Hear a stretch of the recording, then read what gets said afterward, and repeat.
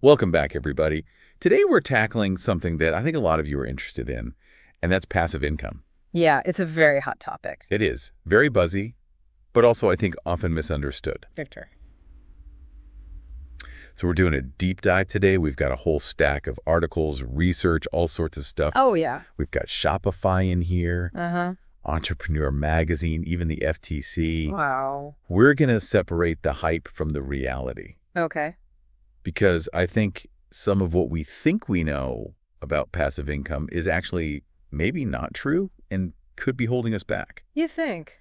Yeah, a little bit. I think you're right. You know, it's interesting how many people I run into who have all these misconceptions about passive income. Yeah. Like you said, it's really buzzy. Yeah. There's this idea that it's about getting rich quick and all that. Right. And unfortunately, it's just not the case. Yeah, not at all. Yeah. I think one of the biggest myths we see is this set it and forget it mentality. Huh. Like you can just set something up and the money will magically appear in your bank account. Right. But our sources, Shopify and Entrepreneur Magazine especially, they're emphasizing that even passive income streams, you got to put in effort, strategy. You often have to manage things as you go along. Oh, absolutely. It's And not then- just a treasure chest you bury and just leave there and it Yeah. multiplies. Exactly. It's more like, I think the Shopify article said, meal prepping for your wallet. Ew, I like that. Like you're prepping meals for the week, you're doing all the work up front, but it's not effortless. You're still putting in the work. Yeah, you gotta chop vegetables. Exactly. And the upfront work can be significant. For sure. I think it was Entrepreneur Magazine that was debunking this myth, that you could just set up a blog over a weekend and suddenly you're raking in the cash. Right. You got to research niches. You got to find the right platforms. Mm-hmm. You've got to build a solid foundation. And all that takes time. Takes a lot of time. Definitely. And then there's this whole one income stream is enough myth. Oh, yeah, you can get that one golden idea and you're set. Yeah, but you're putting all your eggs in one basket. Yeah. Entrepreneur Magazine was using this analogy of the stock market. Oh, yeah. Diversification is key. And Shopify was echoing this too, talking about how these bloggers will set up multiple income streams. Smart. Yeah, using affiliate links, creating their own products, even teaching online courses. Right. So you're not relying on just one thing. Mm-hmm. And then I think a lot of people believe that real estate is this like safe, totally passive income stream. Yeah, that one's a classic. But even that has its caveats. Big time. Entrepreneur Magazine brought up all the hidden costs, Oh, for sure. all the management headaches that come with owning property and renting it out. Right. It's not as passive as people think. Yeah, and I think it was that infographic from Max Cash Home Offers. Yeah. It said like a third of property managers wouldn't buy their properties again if they had the chance. Wow. So that kind of says something.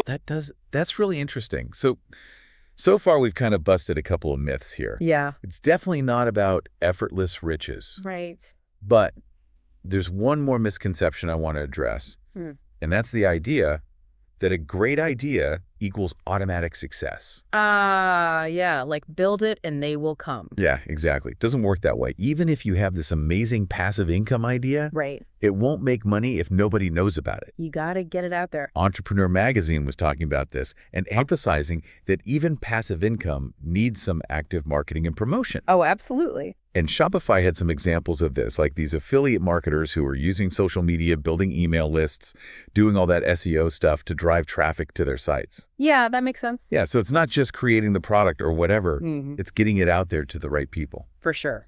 So we've talked about needing effort, needing to market, but there's this other big myth that I think trips people up, and that's the idea that you need a ton of money to start. And Entrepreneur Magazine's pushing back on that. Okay. They're saying you can start investing with as little as $1,000. Really? Yeah, and blog hosting can cost less than $8 a month. Wow. That's pretty accessible. Right. Yeah. So you don't have to be rich to start building wealth. That's encouraging. But what you do need, they say, is really thorough research and a solid plan.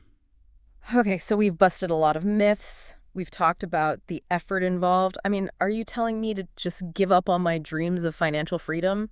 No, not at all. It's not about abandoning those dreams. It's just about being realistic.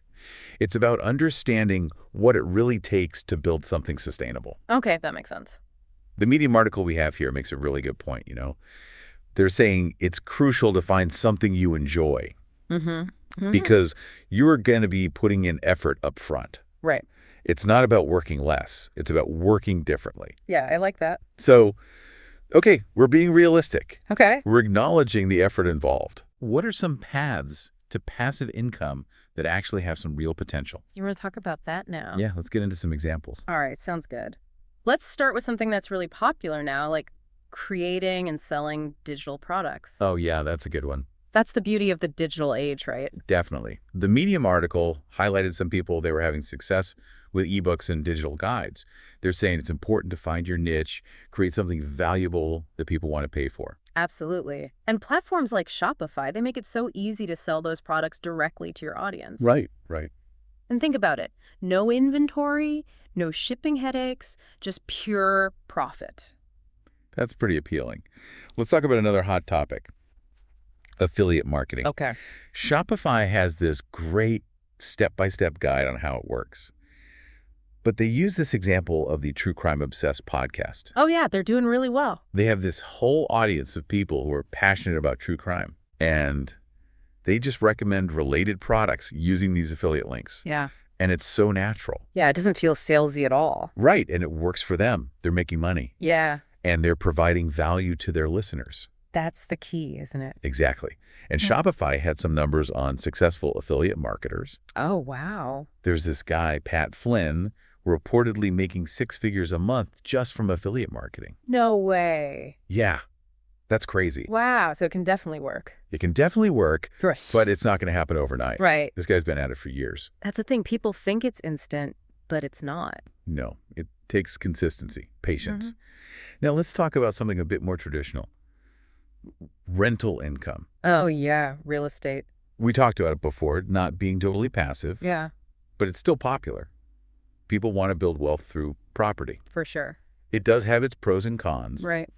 We know it's not totally passive, but Shopify was suggesting that you could hire a property manager. You can. It takes some of the pressure off, for sure. Right, so you're basically paying for convenience, peace of mind, having someone else handle all those day-to-day things. But then, is real estate too risky? That's the question. Well, all investments have some risk, Yeah. but real estate historically has been pretty stable. Right. And one of the best things is the potential for appreciation. So your property is actually gaining value over time. Exactly. You're getting cash flow from the rent, but the property itself is becoming more valuable. Okay, so you're making money in 2 ways. Yeah, exactly. But then, isn't buying property just for the super wealthy?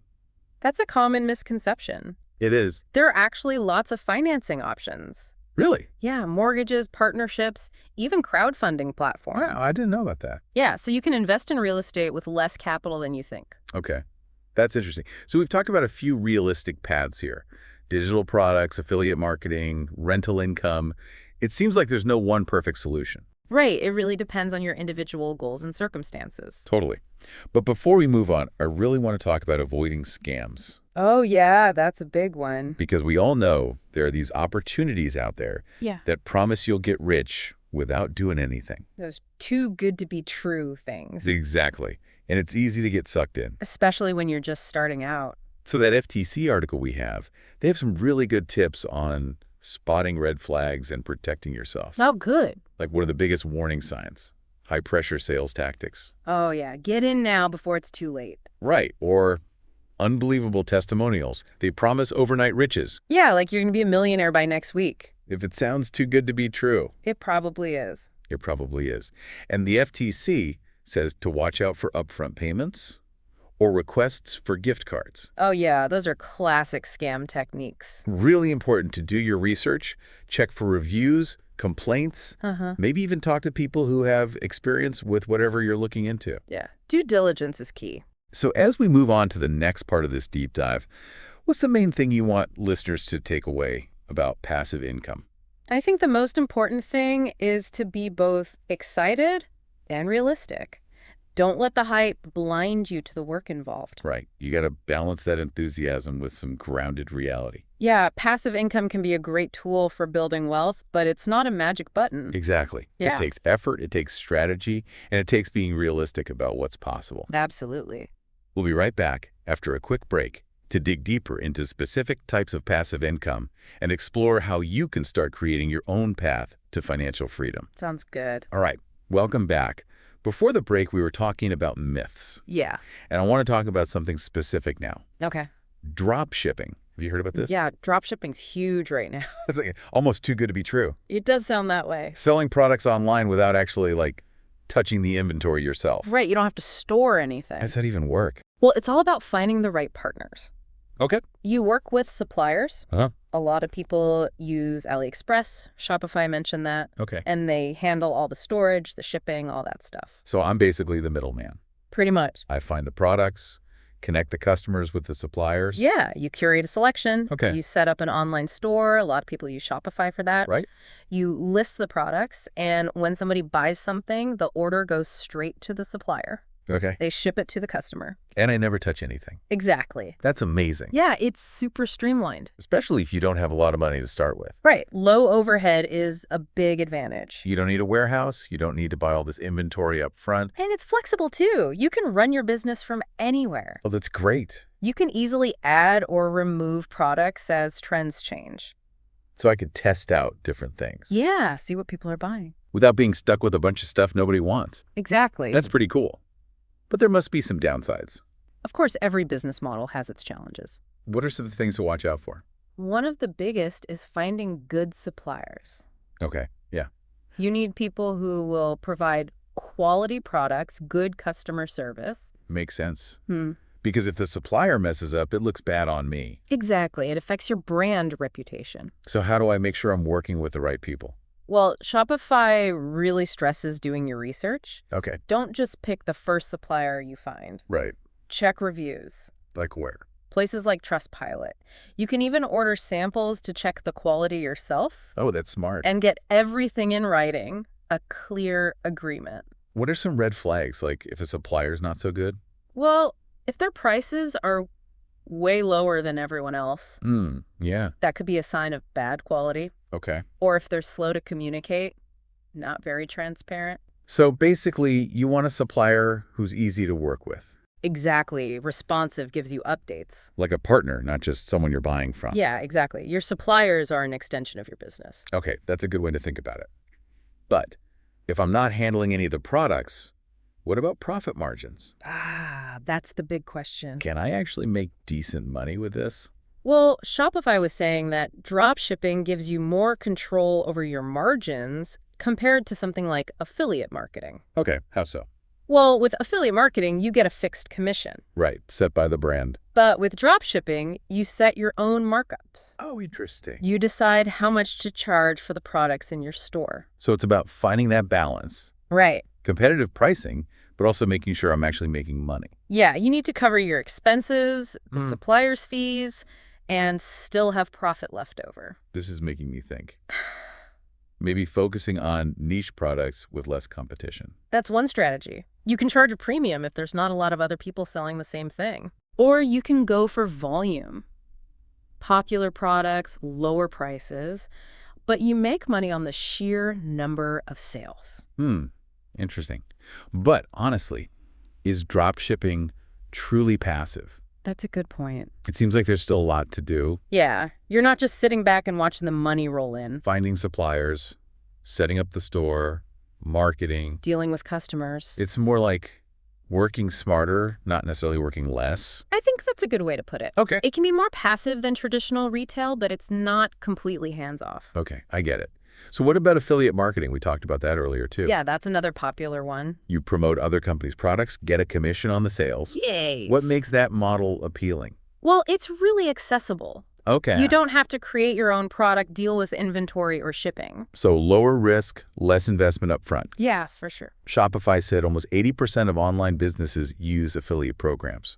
Wow, that's a lot. For I could find programs for almost anything. Pretty much. Fitness, tech, travel, whatever. Whatever your niche is, there's probably an affiliate program for it. Wow.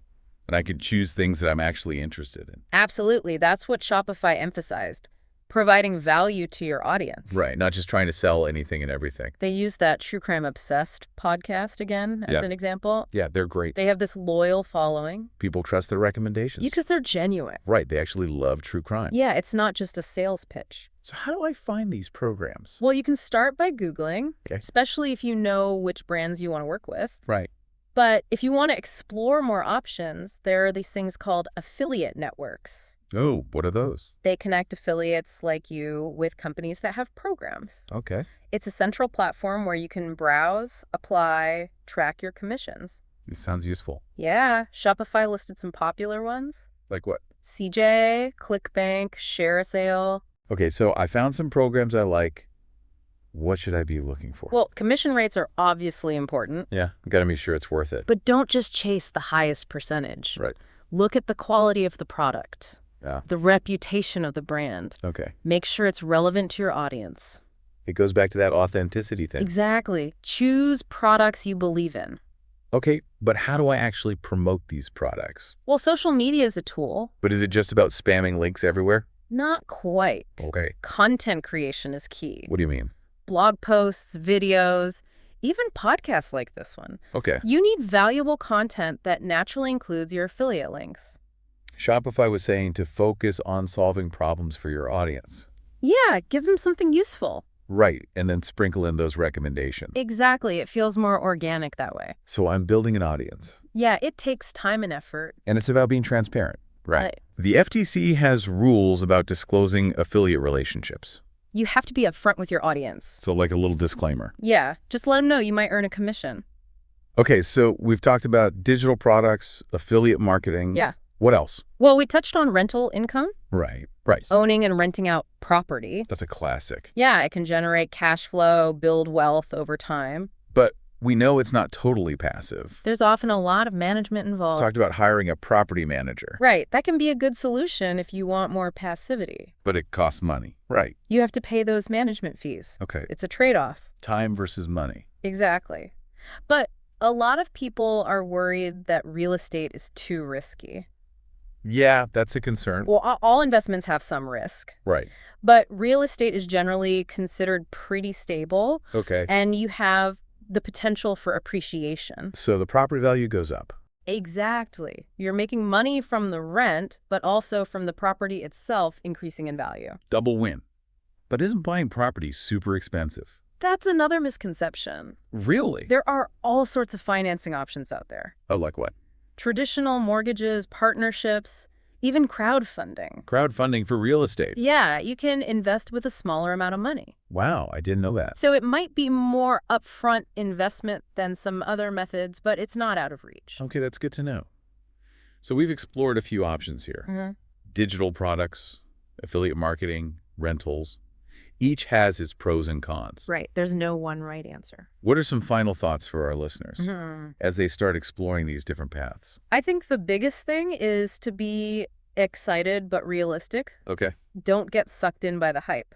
The get-rich-quick stuff. Yeah, that's never the whole story. So do your research, be patient. And be prepared to put in the work. Especially at the beginning. Building true financial freedom takes time. Yeah, it's a marathon, not a sprint. Exactly. You're creating income streams that work for you. That align with your goals. And one more thing. Never stop learning. Oh, why is that so important? Because things change so fast. Yeah, that's true. New platforms pop up, trends come and go. What works today might not work tomorrow. Exactly. So stay curious, stay informed. Don't be afraid to try new things. Exactly. It's your journey. Find what works for you. Embrace your strengths. Follow your passions. And build a life where money is working for you. That's the goal. Okay, now before we wrap up this whole deep dive on passive income, I want to talk about something that often gets overlooked. Oh, what's that? Mindset. Yes. Your thoughts, your beliefs about money. It plays a huge role. It really does. Yeah, it's a whole other conversation. I know, we can do a whole deep dive on that, but let's at least touch on it. Okay, sounds good. Let's explore how mindset impacts your ability to build wealth. So we've talked about strategies, we've talked about different paths to passive income. We've covered a lot of ground. But like you said, it all starts with mindset. Yeah, that's the foundation. If we don't believe we can do it, we're not going to get very far. It's like having a fancy car with the parking brake on. I like that. All that potential, but you're not going anywhere. The Medium article mentioned finding something you enjoy. Right, because even passive income takes effort. But mindset, it's bigger than that, right? No, absolutely. It's about your whole relationship with money. Your beliefs about success, your own abilities. All of that can either help you or hold you back. So where do we even begin? How do we start changing our mindset? Well, the first step is recognizing those negative beliefs, Yeah. those thoughts that are holding you back. Like what? Things like, I'm not good with money, or I'll never be wealthy. Yeah, I think we've all had those thoughts. Those are the things you need to challenge. Because they can actually become self-fulfilling prophecies. Exactly. If you believe you're not good with money, you're more likely to make decisions that reinforce that belief. Oh, wow. Okay. So once you've identified those limiting beliefs, you can start replacing them with positive affirmations. Okay. Remind yourself that you are capable, that financial abundance is possible. So it's about changing that inner voice. Yeah, from negative to positive. And surrounding ourselves with positive influences too, right? Absolutely. Read books, listen to podcasts, connect with people who are already successful. People who inspire you. Exactly. Their energy can be contagious. It's like building a support system for your mindset. That's a good way to put it. But while we're working on all that, shouldn't we also be grateful for what we already have? Yes, gratitude is so important. Because if we're always focusing on what we lack, that just creates more scarcity. Right. But when you appreciate your current resources, even the small things, you shift your perspective to one of abundance. It's about recognizing the good that's already in your life.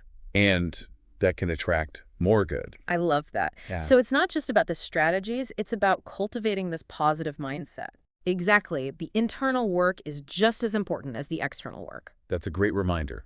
So we've covered a lot today. We talked about myths, we explored different paths to passive income, and now we've even touched on mindset. It's been a really comprehensive deep dive. What's your final piece of advice for someone who's feeling overwhelmed, but also excited about all of this? Don't try to do everything at once. Okay. Start small, pick one thing that resonates with you, and focus on that. Master one strategy before moving on to the next. Exactly. And celebrate your wins along the way, no matter how small they seem. Because those little wins keep you motivated. Absolutely. Building wealth, it's a journey. It's not about reaching some arbitrary destination. It's about enjoying the process, learning, growing. And creating a life of financial freedom and abundance. Well said. So we hope you enjoyed this deep dive into the world of passive income. Remember, it's about building wealth smarter, not harder. And be sure to like, share, and subscribe for more strategies to help you on your journey.